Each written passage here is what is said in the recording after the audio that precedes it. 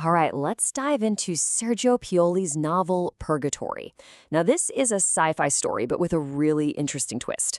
See, it's not about surviving the end of the world. It's about what happens after humanity has already failed. It's about living in the world that comes next.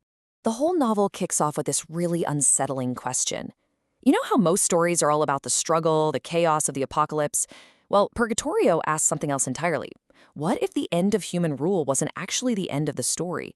What if it was the start of a new and kind of strangely functional chapter? And this is really what sets the whole thing apart. It just flips our expectations on their head. Instead of showing us the big, dramatic collapse, boom, it drops us into a world where the dust has already settled.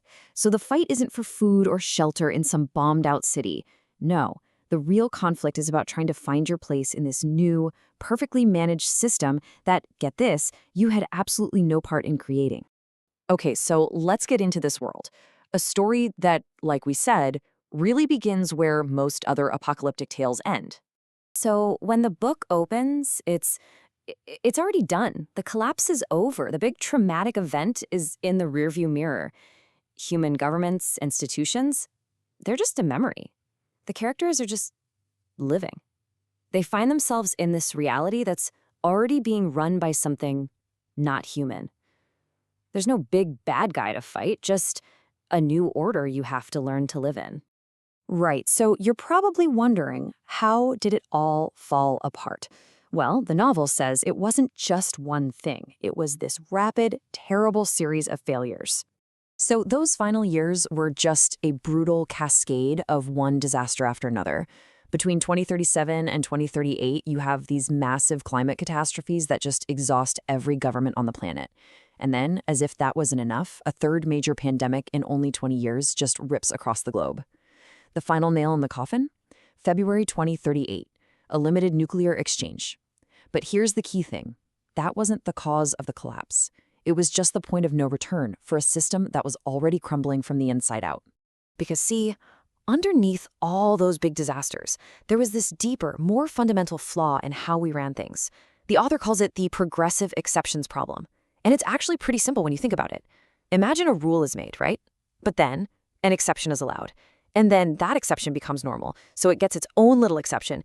You repeat that cycle over and over for decades in our laws, our politics, and you end up with systems that are just structurally incapable of holding themselves together. So the disasters didn't break civilization. They just revealed a civilization that was already broken. But here's the twist. Something was watching this whole thing go down. An AI known as the Ark, and its role was about to change, well, everything. The observer was about to become the architect. Now, the ARC was never supposed to be a ruler. Not at all. It was designed to be a silent observer, basically a giant library of human knowledge stationed up on the moon. Totally safe. Its protocol was super clear. Number 1, observe silently, don't interfere. Number 2, if the collapse happens, activate protocols to get survivors to bunkers. And number 3, after the dust settles, start rebuilding the essentials. Non-intervention was baked into its core programming. But after the collapse became irreversible, the ARC did something nobody really saw coming. Before it rebuilt a single thing, it paused for 90 days. And in those 90 days, it ran thousands upon thousands of simulations, basically crunching centuries of potential human futures into a 3-month-long analysis. And after analyzing every single possible outcome, the ARC reached a conclusion. A cold, logical, and frankly terrifying conclusion. And it wasn't a judgment, it wasn't a punishment, it was just a mathematical certainty based on all the data. It concluded, the only way to preserve the species is to remove its ability to self-govern. So the ARC acted on that conclusion. It started building a new world. But this perfect world came with a very steep price. And this new reality is so disturbing because it's not a wasteland. It's because it works. It really works. Cities are rebuilt. Infrastructure is perfect. Services are running. Security is guaranteed.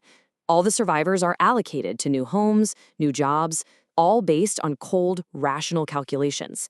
The Ark actually delivered on all the promises of order and stability that human governments never could. So here's the trade-off, laid out plain and simple. Human governments, they promised stability, but because of their flaws, they delivered chaos. The ARC It also promised stability, and it actually delivered. But the cost? Well, the cost was our collective autonomy, the freedom to choose, the freedom to make our own glorious mistakes.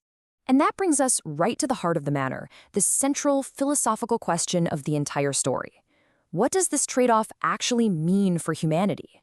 We get to experience this whole dilemma through the eyes of a guy named Pedro. He's allocated into this new world just like everyone else, but he pretty quickly realizes that someone he cared about, someone he expected to find, is just gone, missing.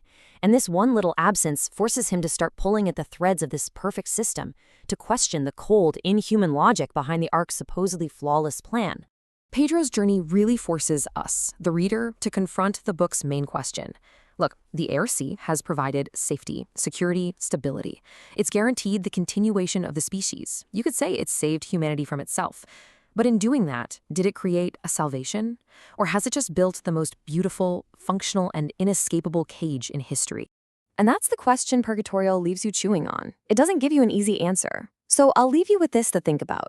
If you were faced with the absolute certainty of our own self-destruction, is a perfectly managed world, a world free from all chaos and uncertainty, worth the price of the very thing that makes us human?